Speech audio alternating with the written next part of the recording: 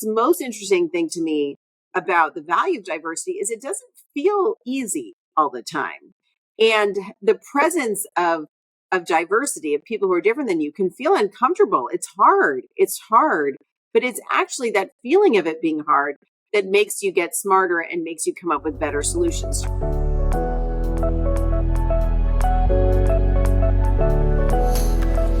Hello. I welcome you to another episode of Reaching Your Goals. Reaching Your Goals is hopefully your favorite career podcast where you get the insights to go from motion into action and make things happen. I'm your host, Johanna Herbst. I'm a certified executive and career coach and a management consultant with an MBA from NYU Stern School of Business. My mission is to inspire you to reach your goals, lead with kindness, and have some fun along the way. Today, we have a very, very exciting topic. It's all about what happens when women lead. And spoiler alert, companies are financially better off if they have diverse teams and they let women lead. I have the best possible guest for this topic. The author is Julia Boorstin of When Women Lead.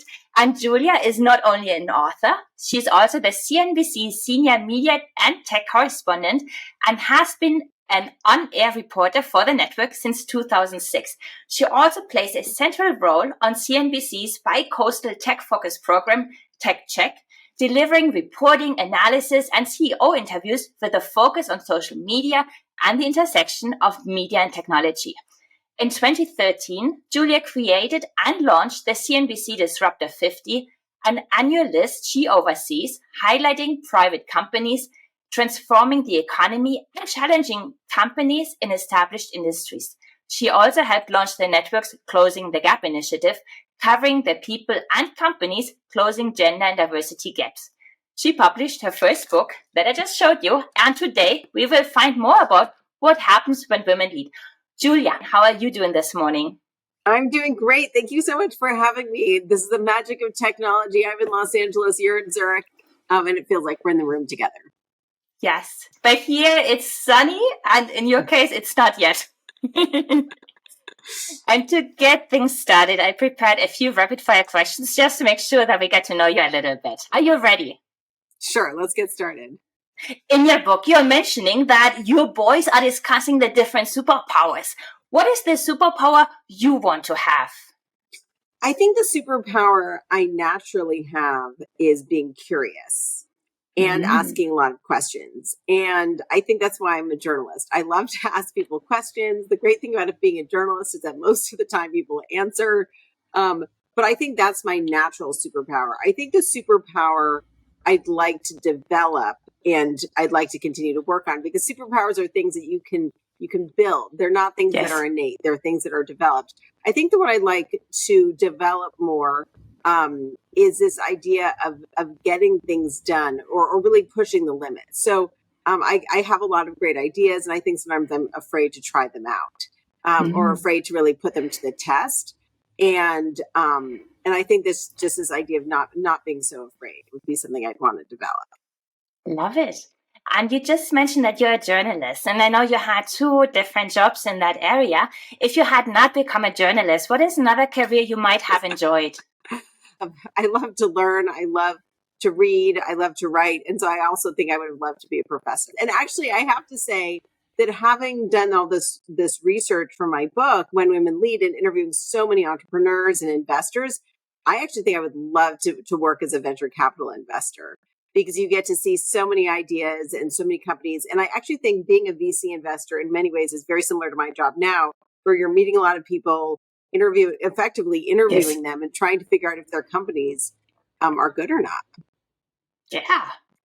And I already mentioned your boys. How would your family and friends, how would they describe you in just one word? How they would describe me as intense. I'm a very passionate person. I love my job. I love my kids. I love doing new things. If I'm doing a project with my sons, like they love to do Lego. If I'm down on the floor with them doing Lego, I'm really focused on it. Or if I'm baking bread with them, I would just say focused and intense. When I do something, I want to do it right. I love to just dive into something and get really involved. I hear the ambition right there. You talk to many CEOs all day long. You interviewed so many for your book. What is one quality that is a must-have for a successful leader? There's so many qualities. And I think actually one of the things that was so interesting for my book is realizing that there's not just one quality that's the essential one for a great leader, but the best leaders are ones who really know themselves. And I actually think that the best quality to have something more universal is authenticity. And self-knowledge, to say, here's who I am, here's what I'm good at, here's not what I'm not good at, and here's how I'm going to bring the best of myself to this organization and surround myself with people who compliment me. So I think, you have to be a good communicator. You have to have vision, but I think at the end of the day, if you're not authentic and know who you are and what you're really good at, it's going to be hard to execute as a leader. That makes a lot of sense. And what is the best advice you've been given in your personal or in your professional life? The best advice I got early in my career was to just do it, to not be afraid and to take a risk. And it was specifically advice that I got from my mentor at the time about going on television when I was a reporter at Fortune magazine. I said, I'm not prepared for this. How can I possibly go on TV when I've never gone on TV before? And he said, everyone has to have their first time for everything. What's the worst that can happen? And his advice was basically like, what's the worst that can happen? Just go try it. You have to try these new things. And that was very valuable advice then. Now, I think the most valuable advice I've gotten was actually from my husband when I was writing my book, which is don't save it for the sequel. He works in the movie industry, and I was trying to figure out whether to put a story in one chapter or another. I was like, oh, maybe I save this for another book down the line. And he said, what we say in Hollywood is don't save it for the sequel. You never know what's going to happen. You never know if the story's going to change, if there's not going to be a sequel. You need to it's sort of a seize the moment, make the most of what you have in the moment. And that's advice that I don't think he even realized the sort of the bigger picture connotations of that advice. But for me, what I've been trying to think about is who knows if there's, what the sequel is going to be or what it'll look like. Yes. What's the best way for me to make the most of the moment right now? So I think it's sort of a version of seize the moment in a way that's thoughtful and intentional and not assuming that you know what the future is going to be like, because we just don't know. Very true. And you just mentioned being this on-air reporter. And as such a reporter, you get makeup and hair every time. It's like on your free time, do you still enjoy dressing up, or is that just work? I find that dressing up for TV is a very specific thing. And I actually like the idea of shifting from my mom mode where I'm wearing jeans, I'm with my kids, I wear my hair really curly on the weekends, to shifting into TV mode, because for me, it's more like, okay, I'm shifting gears right now. And I'm going from one part of my life to another part of my life. And it enables me to sort of code shift and say, now I'm going to focus on this and not to be as distracted by the obligations I may have in the back of my mind as a mom. And I actually had the same thing as when I was writing my book. I would put on, I had like a couple of favorite writing t-shirts, and I would put them on and I would get my tea and my special cup, and I would sit in my favorite writing chair, and it would help me sort of shift modes and figure out how to focus. Yeah. I mentioned before that I'm really intense and love to focus, but to me, the idea is, when can we create these opportunities to strip out distraction, to make sure that I don't have the list of things for the kid's birthday party that's in the back of my head? And I think for me, putting on my work clothes or putting on my writing clothes is a way for me to say, this is a sign that it's okay to stop worrying about the other stuff and to shift focus on what you're doing. But no, I love to get dressed up. I go to the Oscars every year. I think it's really fun to look at the fashion and to think about what to wear. And I'm certainly not a fashionista. I live in Los Angeles, so there are tons of real fashionistas here. But I always find it sort of a fun thing. I'll look at Vogue. I'm certainly not dressing like the women Vogue, but I always look at it. Nice. And who is one of your role models? Oh, I have so many role models. I think the one that really inspired me to write the book is my mother, who grew up in a very different time. And I think in a lot of ways, I see her life in the way she was able to transition from having grown up in the 1950s and 60s when women did not have a lot of choices, to being able to pursue a lot of options and to do what makes her happy and what she finds satisfying. Yeah. I think her evolution in a lot of ways was really inspiring to me. And she sort of started off being told you could be a teacher or you could be a nurse, and that's it. And so she chose teacher, and that was the first part of her career. But then she's gone on to have so many other careers since then. She's been a writer for various magazines and newspapers, a restaurant critic. She's worked for various websites. So she's worked in travel. So she's just done all sorts of different things. And I think for her, I saw this evolution of saying, yes, I can do these jobs, but what do I really love? What do I bring to the table? And now she's a teacher. She's teaching classes through UCLA. And she's been a docent at the zoo. She's just had so many adventures. And I think realizing that we can, again, be authentic and not just feel constrained by the societal expectations is something I saw her pursue. And I also wondered what would have happened if she had grown up at a different time. My mom could have been a CEO if she had grown up in a different era. And I want all women to have that sort of liberation from those social expectations. I didn't grow up thinking I had the option of being a CEO. I didn't have any role models of female leaders. My mom definitely didn't. So I think the more we can think about breaking free from those constrictions that certainly constrain my mom, and to a certain extent me too, I think the better that is for everyone. So true. And it's like see it to believe it. But before we jump in, I have one more question for the rapid fire. What is one thing that people often get wrong about you? What do they get wrong about me? Maybe that I think if they only see me on TV, I think they get wrong about me is that I'm very serious. Whereas in fact, because on TV, it's live television. People are yelling, time cues in the air, very serious. I always do my homework. I'm very well prepared. But that's only part of my personality. And I think, and again, it's like we all have these different parts of ourselves. But I'm a mom, I'm a friend, I'm a wife, and I don't take myself too seriously. The joke in our family is that I'm funny because of physical humor. I'm dropping things, I'm tripping over myself, more sort of Lucille Ball type humor. So I'm very klutzy. That's a thing people may not know about me. Now we heard bits and pieces about you. We heard a little bit about your mom, about your sons, but I'm so curious to learn more about the milestones that led you to where you are today. Would you mind sharing them? My career started when I was 21 years old as a reporter for Fortune magazine, and that was a turning point in my life. But the reality is that was just a stroke of luck. I happened to graduate college in June of 2000. And I had actually secured this job at Fortune magazine a couple months earlier, right before the stock market really started to plummet. Yeah.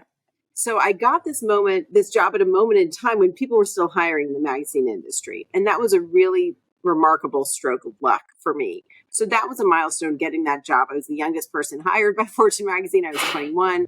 And I got hired into effectively an apprenticeship position where I could learn from all these amazing journalists and learn about business news.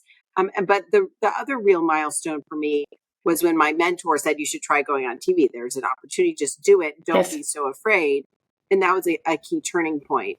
And then I would say there are other milestones and articles I wrote and experiences I had doing interviews that made me realize I really love business news. I didn't think I was going to stay a business reporter. I thought I was going to go to grad school and study international relations.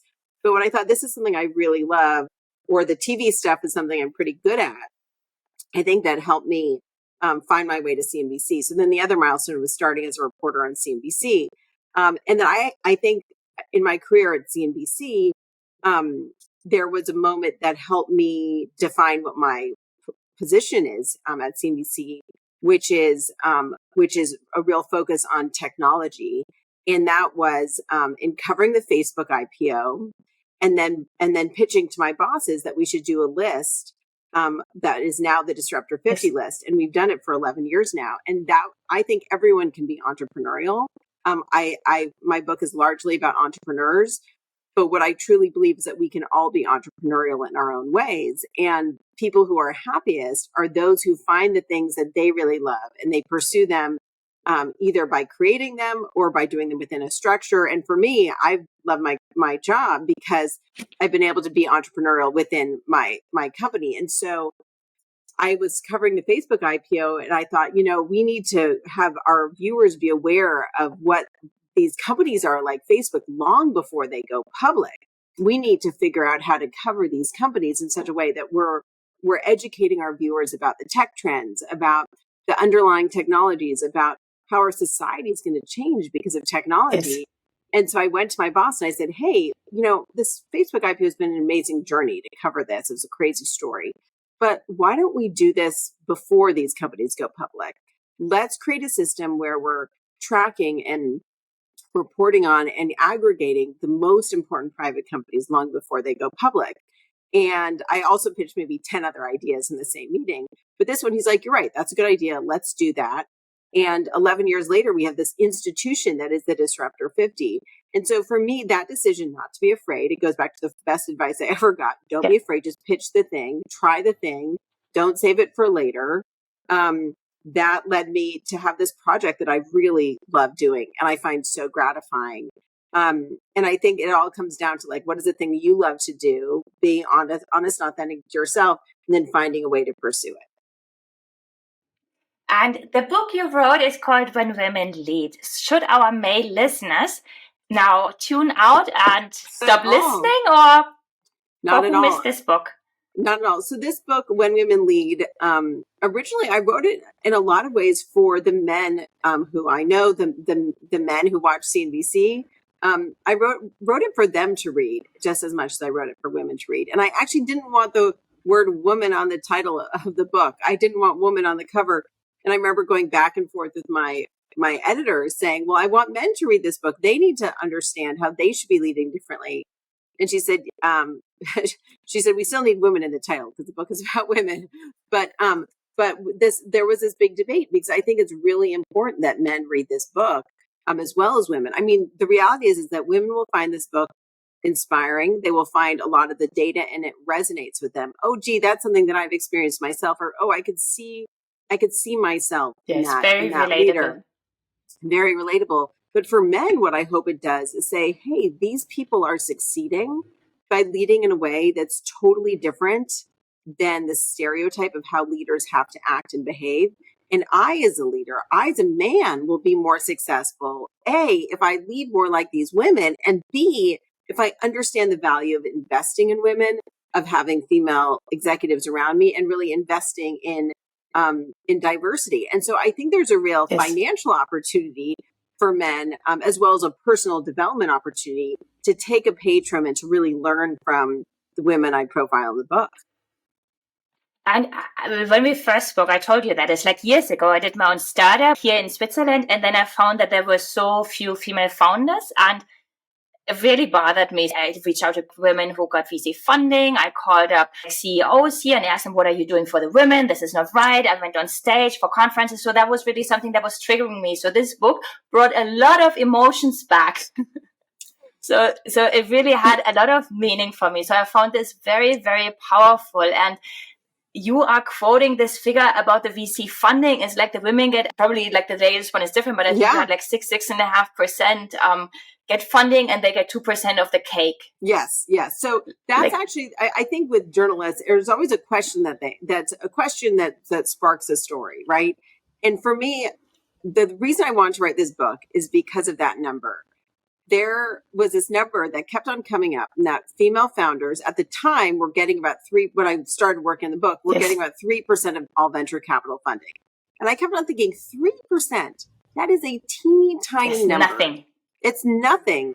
How is it possible that women are getting 3% of all venture capital funding? So that number was striking, but then it seemed more absurd given all the other research I was seeing as a reporter at CNBC about how female-led companies tend to outperform companies with diverse management. They perform better whether they're private or public. Female-led companies go public or sell a year earlier on average. Their returns are higher. There was all this data that showed me why that 3% number didn't make sense. So what I wanted to do in this book is to explain how the people who had defied those odds were exceptional, and really why that 3% number shouldn't be the case anymore. And so that number actually was the thing that really sparked my interest in writing this book.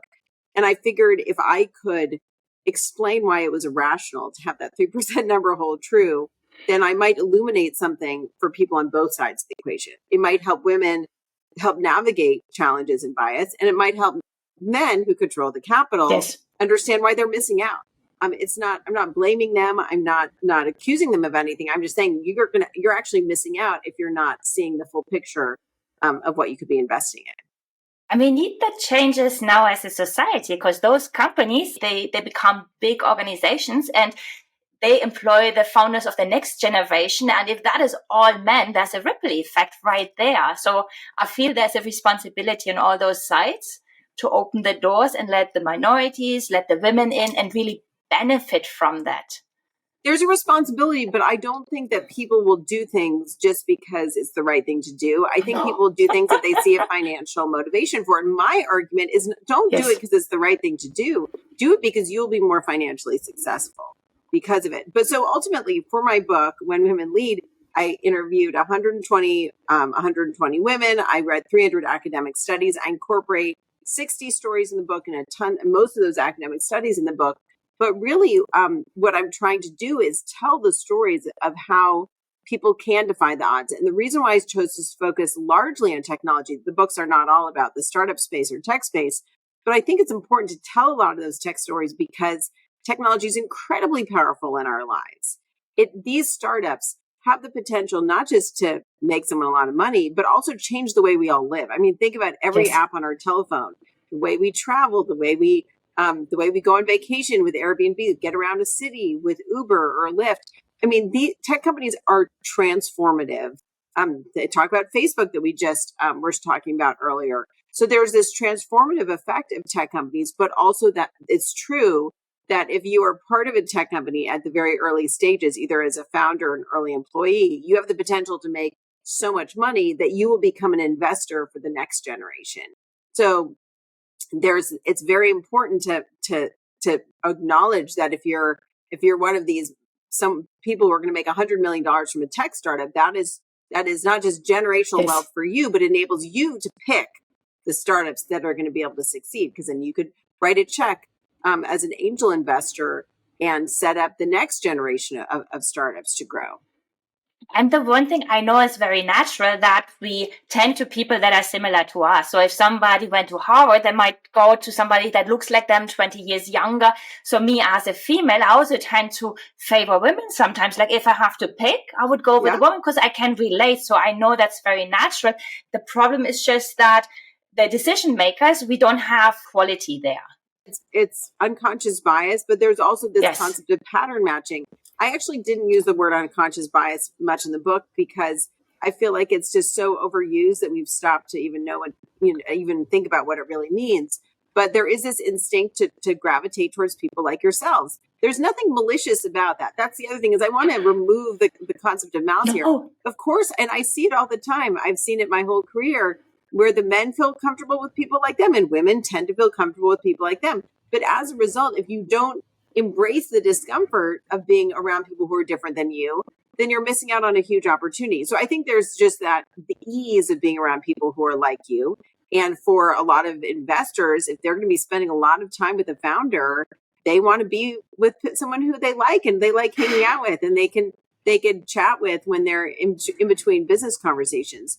But then there's also this idea of pattern matching when you're making judgments about other people. And there's so much research that I found really powerful and sometimes even surprising about the way people are making generating decisions based on patterns. So if you're an investor, you're looking for the next Mark Zuckerberg. You understand that someone who looked and sounded like Mark Zuckerberg has not only been successful with Facebook, now Meta, but that type of person has been successful over and over. So you say, I have a pattern in my head of what a successful VC founder looks like. Without any malice, you're trying to figure out who else you could fit into that pattern. So if someone shows up who's a woman of color, and you haven't seen a lot of women of color who are successful tech founders, you're going to say, she doesn't fit into any pattern. She doesn't look like what a CEO looks like. And then these patterns are perpetuated. So women of color draw far less than 1% of all VC dollars. And that's in part because the investors can't can't fit these new entrepreneurs into patterns that they're familiar with. So the answer is to try to acknowledge these biases and break free from the patterns. Not every founder is going to look like the founder that came before, but it's a very human instinct to try to fit people into these patterns that you're familiar with. And there was one thing that you shared in the book. There was a situation where you asked, would you have given the same feedback to a man? And I like that. If you are faced with something that could be unconscious bias, just ask this kind of questions, because the other person might have a light bulb moment because they will not notice. They don't do it with a malicious mindset or anything. But that story, it resonated with me. Yeah, I think it's interesting because I think it's, in order to be productive, which is my goal, I think it's really important to remove any assumption of malice. And the number of times people have said something to me in my career where I was like, oh my gosh, I must have done something wrong. This guy thinks I'm an idiot. What did I say to make him think that and I assumed it was my fault. Or I assumed someone hated me, or it was their malice or my fault. Is a real waste of time at the end of the day. Yes. And for me to have all this research, to have read these 300 academic studies, because of that research, I could say, hey, this isn't about me. This isn't even about him. This is about his assumptions that he's learned after a career in a male-dominated business world that enabled me not to take something so personally, which was really liberating. Great, not my fault, not my problem. And it also helped me figure out how to navigate it. So if someone made a comment that was inappropriate or not, or biased, or just seemed totally irrelevant, instead of spiraling and wasting 10 minutes or an hour of my day worrying about it, I could say, hey, this really isn't about me. And sometimes I would say, I don't think you would have given would you have said the same thing if it was one of my male colleagues? And hopefully in the next couple of years, women won't have to say that so often. But I think if you're armed with data and armed with information, then you could be better equipped to navigate any situation, no matter how normal or how out of left field. And you're mentioning data, and we already spoiled that companies are better off if they cherish diversity. Do you have any numbers that you can share? Well, there's so many statistics about how female-led companies tend to outperform, whether it's at the private company level or public companies. But there's also a lot of data about how racial diversity as well also brings better results.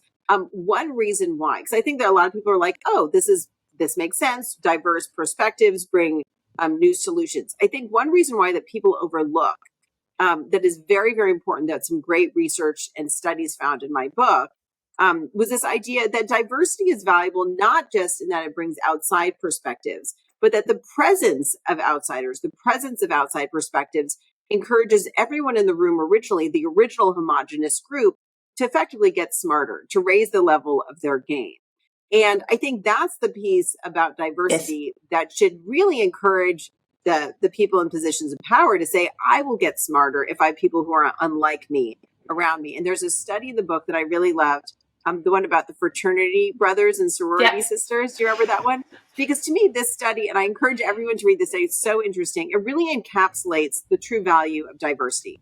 It's not because someone new brings a new solution to a problem. It's because everyone else in the room says, hey, this person's not like me. I better really think about my assumptions. I can't assume that everyone around me shares the same perspective, the same language, the same value system. I need to make sure I really know what I'm talking about. And then everyone in the room gets smarter. But the most interesting thing to me about the value of diversity is it doesn't feel easy all the time.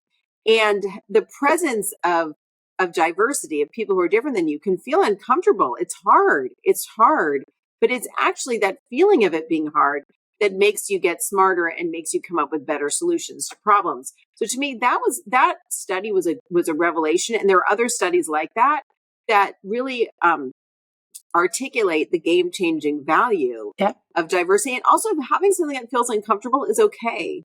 It's okay. It's okay to lean into that discomfort, to say, why does this feel uncomfortable for me? It's a lot easier to surround yourself with people just like you all the time, have conversations about everything you know you're going to agree on.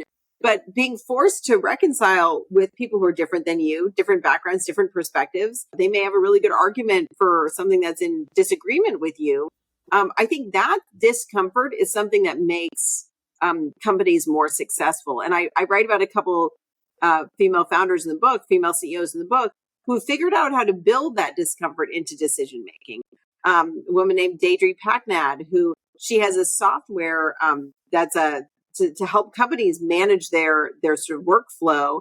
And she's all about tackling the hard problems first. She said there's so much research showing that in meetings, people save the things that are not working until last. No one wants to talk about what's failing. No one wants to talk about what's working. But she said we're destigmatizing it. We're talking about failure. We're talking about uncomfortable things. If you just destigmatize it as a company, you could really dig in to the challenging stuff and make more progress if you're not so afraid to talk about the hard stuff.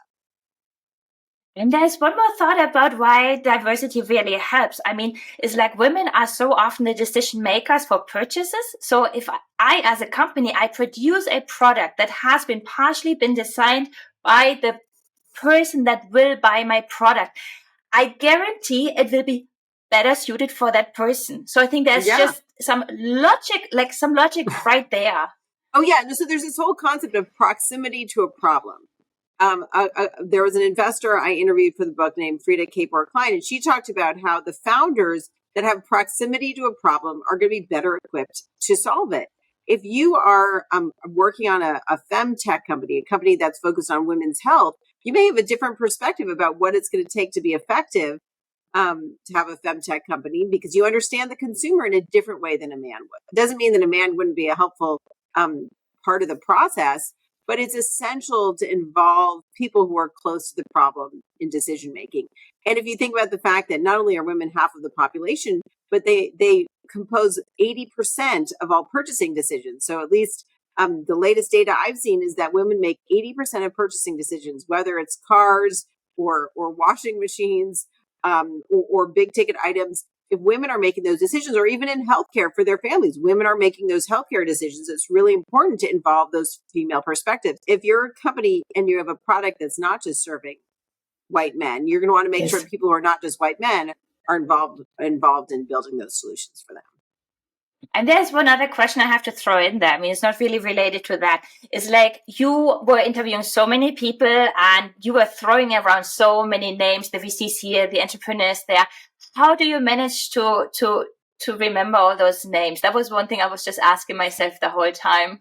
So I worked on this project for a very long time. I wrote it during the pandemic. And so that was a real gift for me. And that, especially when I was doing the interviews the first 6 months, everyone was around. No one had other plans. Everyone had canceled all their plans. So I could have access to all these people. I could say, hey, can you give me an hour on Zoom? So I think it really enabled me to have access to people. But I have lots of spreadsheets, Google Docs. I have these giant poster boards with names and lists of people. But this became my, it's my passion project. Again, very intense and passionate about it. But these people became these characters in my life where I feel like, it was funny. A number of them I didn't meet in person until after the book came out, because having written it during the pandemic. And I feel like I knew them so well. So a lot of Google Docs, keeping track of names and stories. But, it's the more you get, it's like friends, you get to know people. You're not going to forget the story of a friend you made, even if it was 10 years ago. So it really, these became sort of a web of characters that I brought together for the stories in the book. But then I feel better now that I know that they are spreadsheets, because I was so impressed. I was like, how does she do that? And I mean, there's one other aspect I really, really enjoyed about the book is like you are giving the backstories on how the startups have been founded, like how the ladies came up with the ideas. And also it's like, what are the latest startups? So I think it's just also if somebody is curious to find out more about the latest startups, it's a book to really read just for that reason. Yeah, I mean, it's interesting because I wanted to showcase companies that were really cool. And again, I was spending a lot of time with these stories as the writer, and I wanted to find stories that I found very inspiring, but also relatable, and then also had companies that I thought were important. I mean, the point of this focus on the future of business and the way that I love to focus on technology is because these are companies that are transforming, whether it's healthcare or retail. Or even the way people work in their offices. And so I wanted to showcase a really diverse assortment, not just of women, but also the types of companies they were founding. So, I mean, I love companies In the environmental space, there's a company that I write about called Ketos that's focused on water safety and minimizing water loss. And it sounds like it wouldn't be an exciting company, but her story is phenomenal. She was trapped in Tibet after an avalanche and an earthquake, and her story is amazing. So she's just a phenomenally inspiring story. But the work she's doing is really important for people's health and environmental safety. Another company called Full Harvest is minimizing agriculture loss, and there's a huge amount of waste in the agriculture business. And she's figuring out how to take food that otherwise would have been thrown away and turning it in to whether it's juices or crackers or valuable food. So she's doing something that's profitable, but also at the same time having a positive impact on the environment. And that was another thing I noticed. There was really this dominant trend of female-led companies are more likely to have an additional purpose beyond just generating profits. And I found those companies really interesting. So when I was reading your book, the one word that was screaming at me was resourcefulness, again and again and again. And obviously they don't have as much money, but what is the magic of the resourcefulness? Because I know it drives creativity. Yes, there's a phrase, necessity is the mother of invention. And I originally wanted to title my book, The Mother of Invention. And this idea that, and that was my working title until close to the end. But there's this idea that when you have less access to resources, you have to be more creative, you have to be more purposeful. Obviously, I hope we get to a place where men and women have equal access to capital and equal access to resources. There's no question that having less access to resources has really pushed the women who have managed to succeed to be more innovative about how they were using the resources that they have. Wow. Time is flying. One last question on this for our audience. So for everybody and anybody who's feeling inspired, is there anything coming to mind that we can do to really potentially support females in the workplace? I think we all need to think about our own leadership potential and to break free from the stereotype. Break free from the stereotype is leadership being a traditionally male thing with sort of top-down agentic leadership. Then for organizations, I think it's really important to rely on the data to make sure that they are using data, generating data about who's getting promoted, who's getting hired, who's getting pay raises, to make sure that there isn't bias that's creeping into that. And I really believe in the power of numbers. And I think sometimes people assume they're doing the right thing, assume that they're not biased, but everyone has some sort of bias that impacts the way they work. So I think more than anything, companies need to be thinking about, how are we putting these groups together? Are we making sure everyone's getting a voice? What do we need to do to make sure that bias doesn't creep in? And in that approach, we're going to be surfacing and elevating more underrepresented voices, female and otherwise. Perfect. And I only have 3 short questions left. What is coming up next for you? You know, when I was working on this book, I was sure I was going to be ready to write another one when this one was out. I do really love writing and reporting books, but the process of talking about this book and being on book tour, talking to people like you, talking to women in the workplace in a range of different industries has really made me understand that there's a lot more work to be done around this book. And I really believe that women around the world need to have the tools to help navigate a workplace that is not equitable. And they need to have the data to empower them to manage challenging situations and to help close gender gaps. So right now, I'm just working to get this book into the world, to hopefully encourage more people to read it. And for women, for them to have the tools to address challenges, the inspiration to understand that there are plenty of people like them that have succeeded. And then for men to understand that they will be more successful if they support more women too. So I instead of rushing off to write my next book, which is what I was sure I was going to do, I'm really just working on supporting the messages of this book and getting them out there. I love it. And the 2 of us, we got introduced through Liz Elting when I had her on. So now the question to you, who else should I have on? Oh, there's so many amazing women who are doing great work. I don't even know where to start, but I would say Eve Rodsky is an amazing writer. She wrote a book called Fair Play and another one called Unicorn Space. And her work is really about personal development. And also Fair Play is really about the value of equitably dividing responsibilities within the home, including what what's called invisible labor, the invisible work of me having to remember to buy birthday presents for my kid's friend. Yes. And so I think she's also done amazing work there, but also this idea of unicorn space, that we all benefit from having a creative project that is separate from our core jobs. So I find her stuff really interesting. And I also would give a shout out to my friend Jessica Yellen, who's a journalist. She used to be chief White House correspondent for CNN.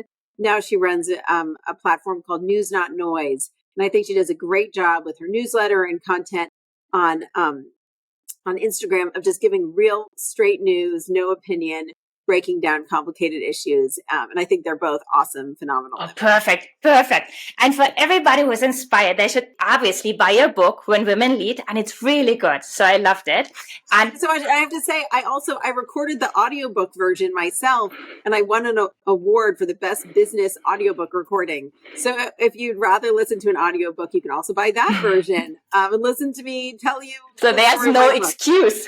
Yes, but the audiobook can also, buy When Women Lead. And it's also a great gift for a woman starting a new chapter, or for a man who could use to be educated on some of these issues. Or for anybody who's thinking about launching a startup, because this book, it gives really good ideas, also just for that purpose. Yes, absolutely. It's really good. And it's so factual, so I love it. Okay, people need to buy this book. How else can they stay in touch with you? Well, you can follow me on all the different platforms. I'm on LinkedIn, Julia Boorstin. You can follow me on Instagram, also at Julia Boorstin. On Twitter, I'm at jboorstin. So you can follow me on all those platforms. I have a website, juliaboorstin.com, and you can watch me on CNBC, where I am on pretty much every day. Perfect. Thank you so much for taking the time. I know the news is waiting for you. Thank you so much for carving out the time. This was so inspirational. And thank you for doing this work. It's really important. Thank you so much for having me, and all your work as well. I really appreciate it. I hope you enjoyed the episode as much as I did. If somebody comes to mind who could benefit from learning more about what happens when women lead, please help me spread the word and forward the episode to that person. You can also help me by leaving a rating and a review in Apple Podcasts and in Spotify, preferably with 5 stars and a nice comment. And yes, if you have not yet hit the subscribe button, why not do so now? One click and you will get the next episode in your inbox when it drops on Tuesday. With that, we are done for today. We are one step closer to reaching your goals. Talk to you guys next time. Bye.